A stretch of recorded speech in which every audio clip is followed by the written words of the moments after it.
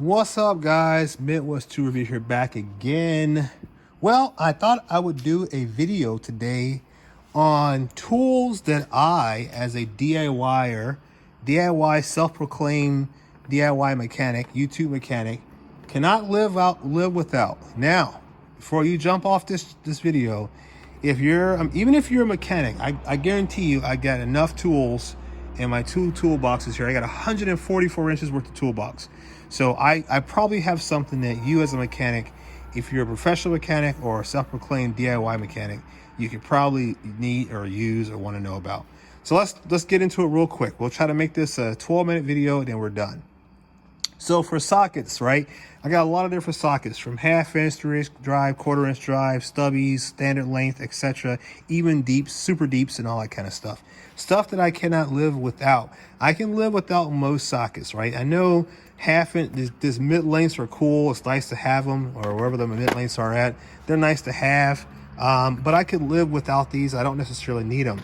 But I do need to have, in general, a SAE set. When you work with old trucks and old cars, you got to have SAE sockets, and it's nice to have both 6-point and 12-point sockets, not just simply one or the other.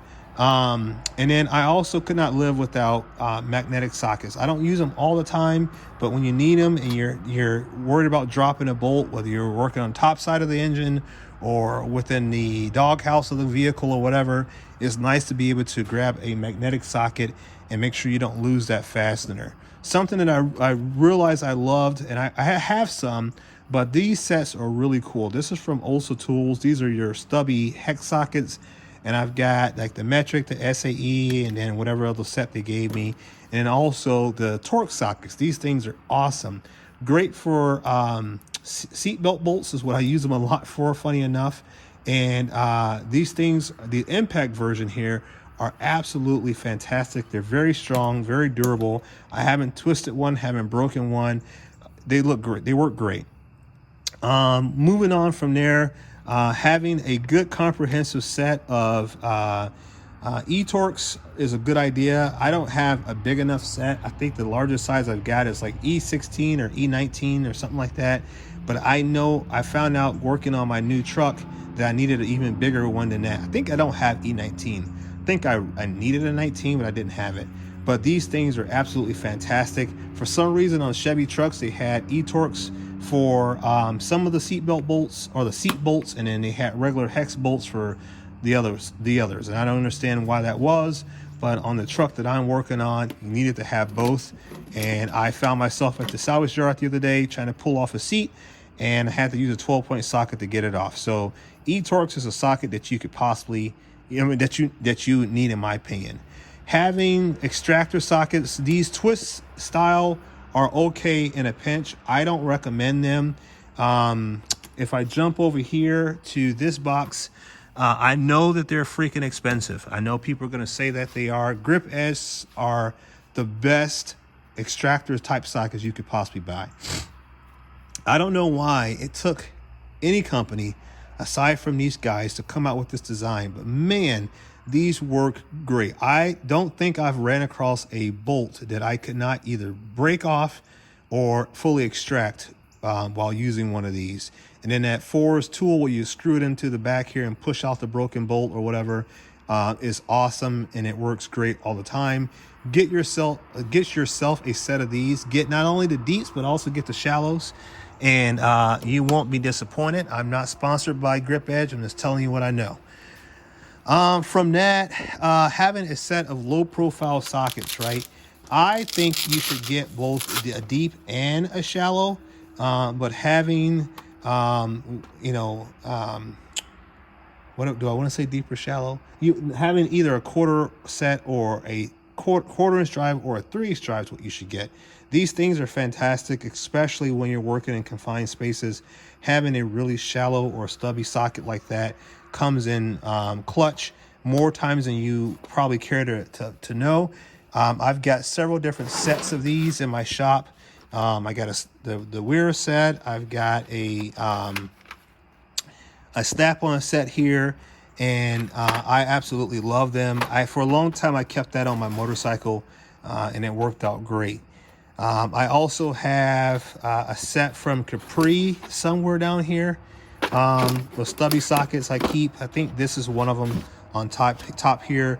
This combined with a stubby impact is absolutely fantastic, especially when you're doing brakes.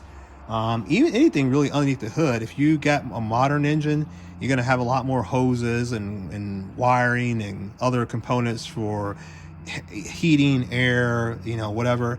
And sometimes you can't necessarily get a ratchet, or maybe you need to have more power than what you can generate using a ratchet. Having a stubby 3/8 drive socket is boss. It's awesome.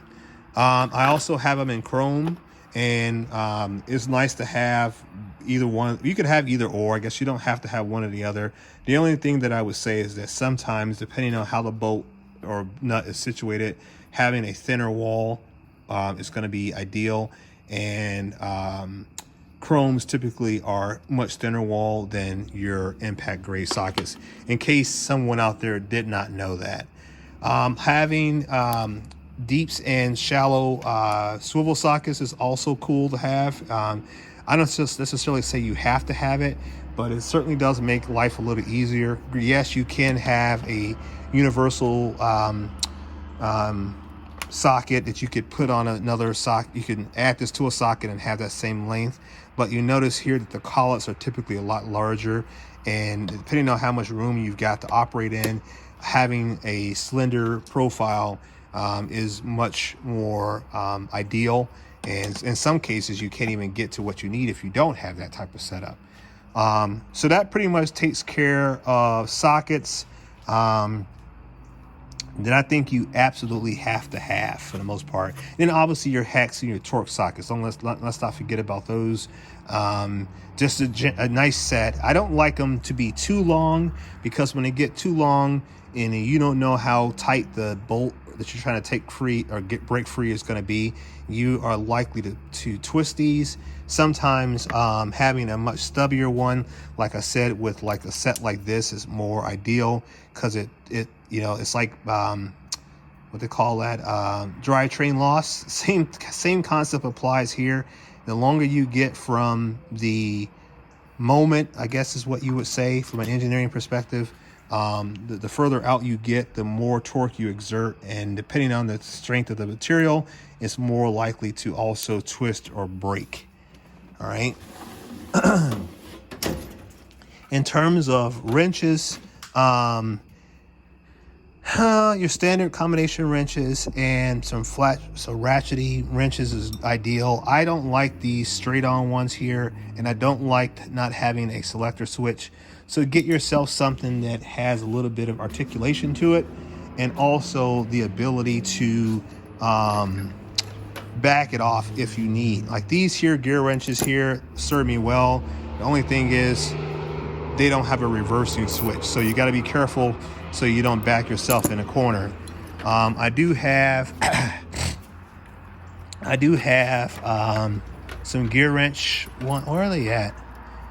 I do have some here that do have the reversible switch here, which comes in clutch, and they also have the 15-degree angle on it or bend, and that also helps too, because sometimes you don't want to be grazing up your knuckles on whatever when you're trying to take something, break something free or tighten something down.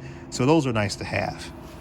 A lot of people talk about these zero offset wrenches. I don't think you need to have them. They're nice when you can get them, but depending on like if you have a lift, then they're great. If you don't have a lift, then you find that you don't use them as often as you may think you're going to need them, because you don't have the ability to have full articulation when the vehicle's sitting on the ground, depending on what you're doing. Screwdrivers, I know I made a video, I said I didn't like these ratcheting screwdrivers. I lied. I've been using one in my road box, and I went to the junkyard the other day, and I was so thankful that I had it, because I was able to have some torque socks, some Torx bits, some flathead bits, and a Phillips head bit, and I had everything I needed, and didn't have to grab like 10 different screwdrivers when I was out in the field working. So that was nice to have. So I got a new profound respect, a level of respect for these ratcheting screwdrivers. So if you could get yourself one used, buy it. It'll be your friend. It'll help you out. Pliers, get yourself a good set of pliers. I mean, you could get channel locks, you could get Knipex, whatever.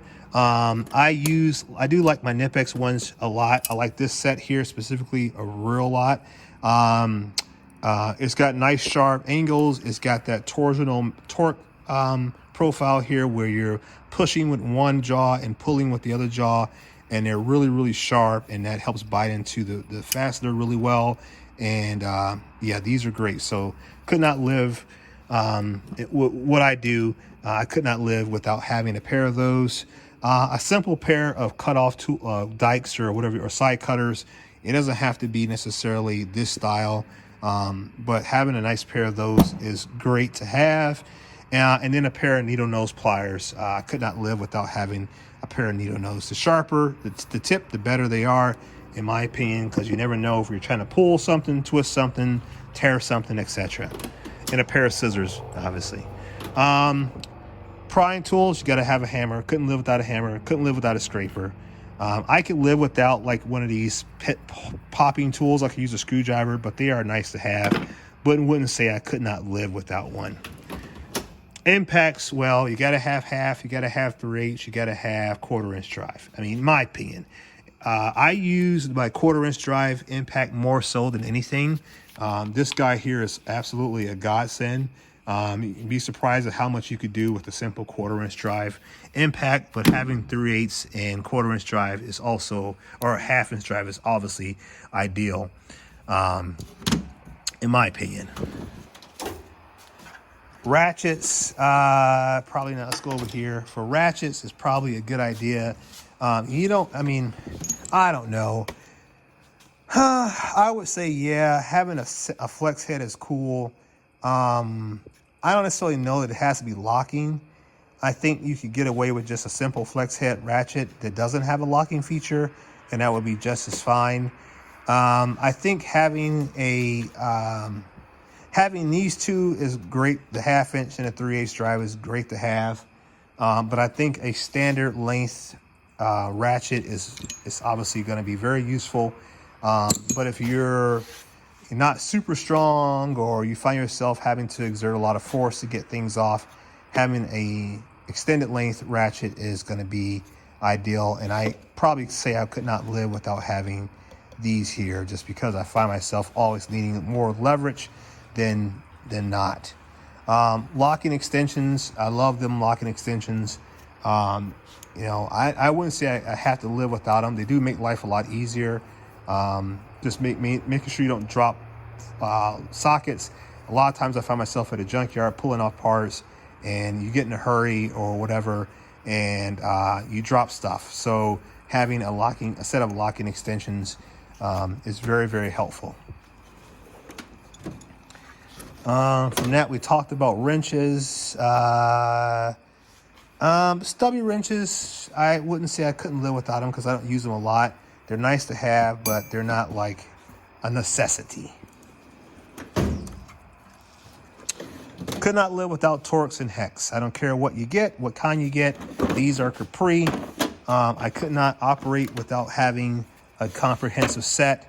And when I say comprehensive, I mean having everything. Like I said, I ran into a situation where I did not have the right size. I think this is an E18. I needed like an E19. Didn't have it. Luckily enough, I had a 12-point socket set with me, and that got me through.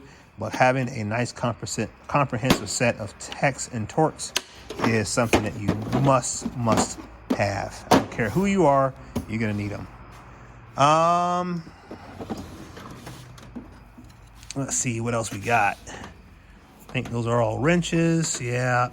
Sockets, we talked about them. You don't have to have impact. Impacts are nice, but like I said, you're going to find yourself in a situation where you're going to need a thinner wall. And most of the time, unless you have a thin wall set of impacts, you're going to wish you had a chrome set. So if you had to choose between chrome and impact, I would say just run chrome. And wear a pair of safety glasses. That way, if something breaks, it don't put your eye out. I mean, I don't know. Don't take my advice, I guess, but that's how I look at it.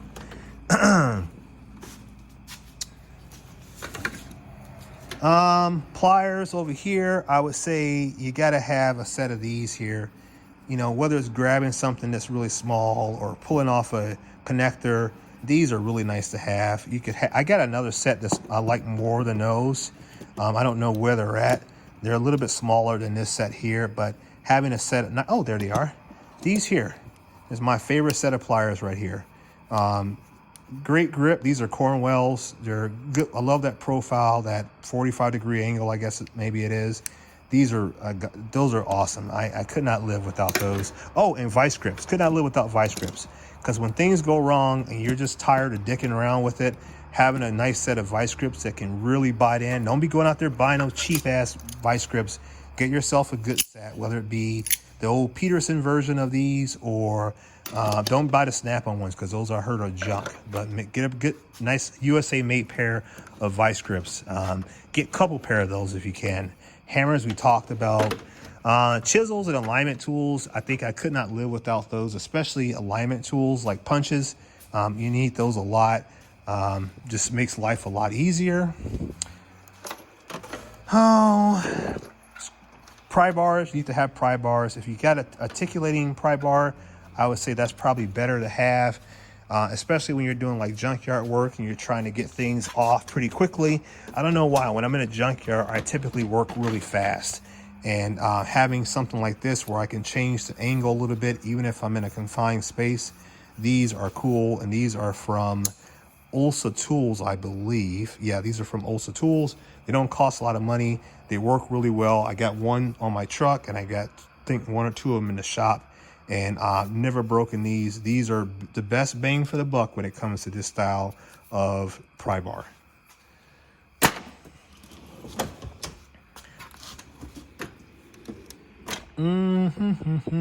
Yeah, and that's pretty much it, guys. I think that's like some of the most comprehensive tools that I use and that I absolutely would need to have for the work that I do. And yeah, so that's just my recommendation. Buy what you want, but that's just my opinion. Hopefully you liked the video. Yeah, that's it. And I'm like 5 minutes over. So peace.